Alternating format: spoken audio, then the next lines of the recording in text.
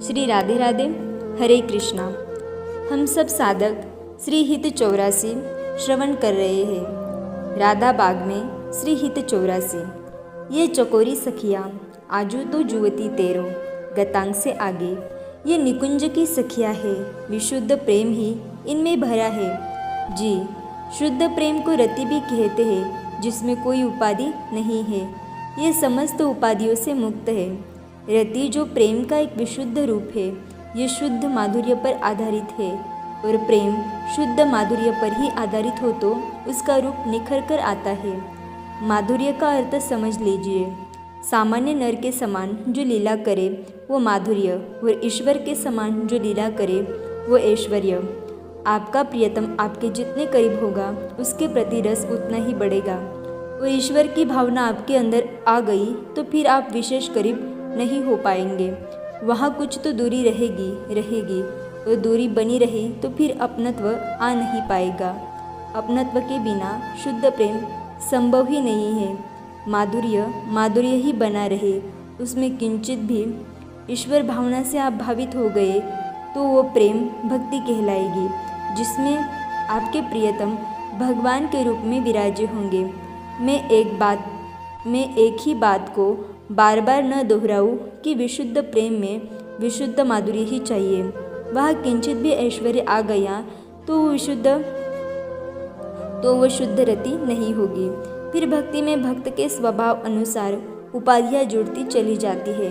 जैसे किसी की भक्ति शांत है तो वो शांता रति, और किसी की भक्ति मधुर है तो मधुरा रति, वात्सल्य रस है तो वात्सल्य रति, आदि आदि।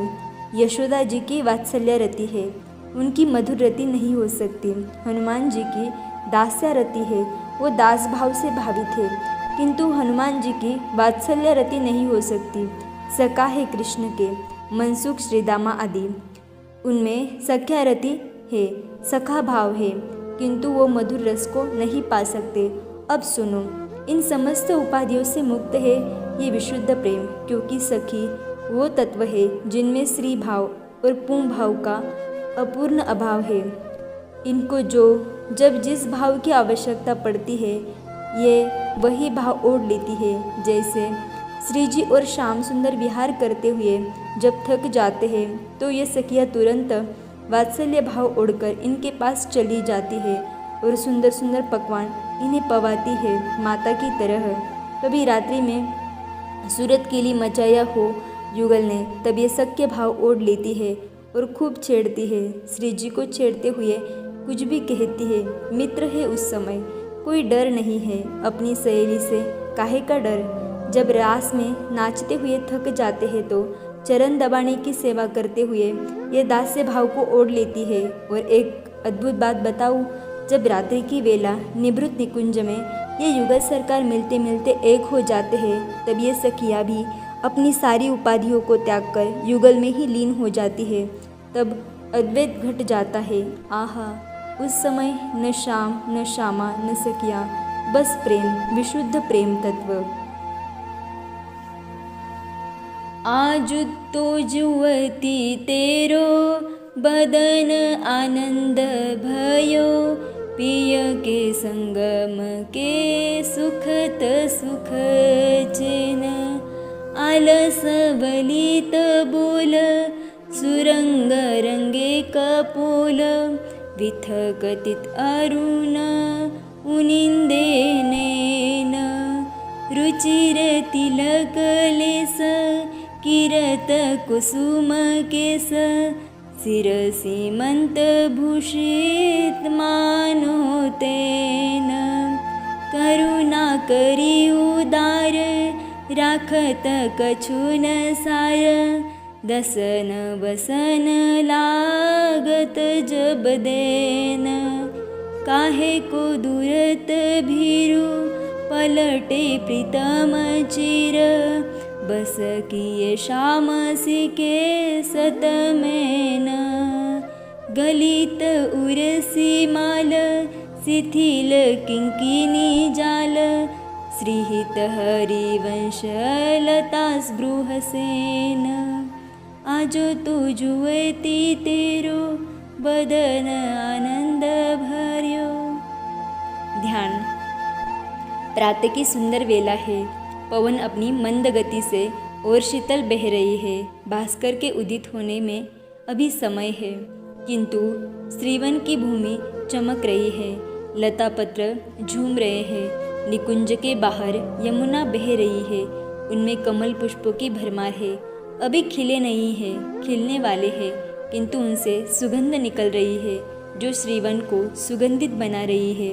उनमें भौरे गुंजार करने लगे हैं। पक्षियों ने चहकना प्रारंभ कर दिया है। उनके चहकने से वातावरण संगीतमय सा लग रहा है। ये पक्षी भी विचित्र है। शयन कुंज के आसपास ही इन्हें मंडराना है। वही कलरव कर रहे हैं। श्री श्याम सुंदर और प्रिया जी जाग गई है। सखियों ने दर्शन किए। प्रिया जी अपने आप को संभालती हुई शैया से नीचे उतरती है। हित सजनी आगे बढ़ी और श्री जी को जब संभालने लगी तब श्री जी वही खड़ी हो गई। उनकी आंखें मत्त है।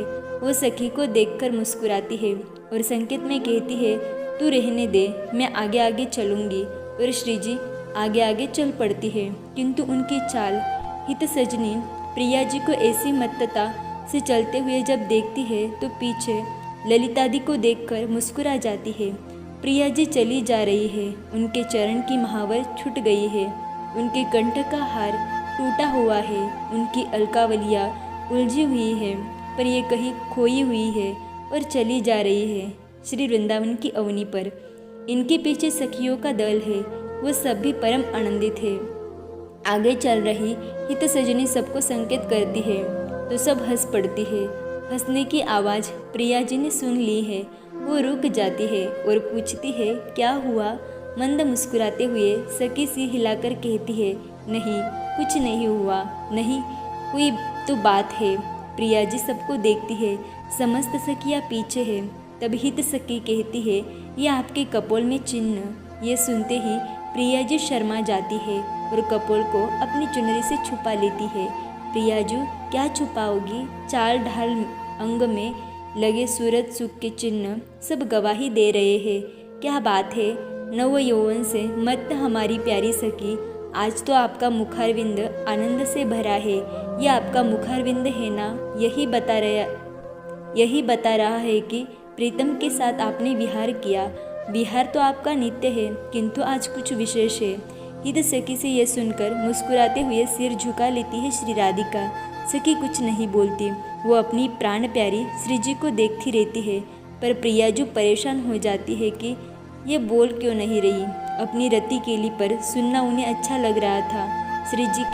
श्री जी दृष्टि को ऊपर करती है और सखी की ओर जैसे ही देखती है सखी मुस्कुरा रही थी तो वो फिर दृष्टि तुरंत नीचे कर लेती है शर्माते हुए। कुछ नहीं है ऐसा तो, श्री जी शर्माते हुए कहती है। तो हित सखी हंसते हुए कहती है, फिर आपकी बोली में इतना आलस क्यों है?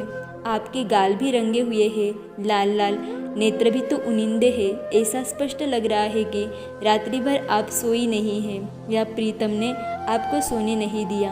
हट, ये कहते हुए श्री प्रियाजू आगे बढ़ जाती है।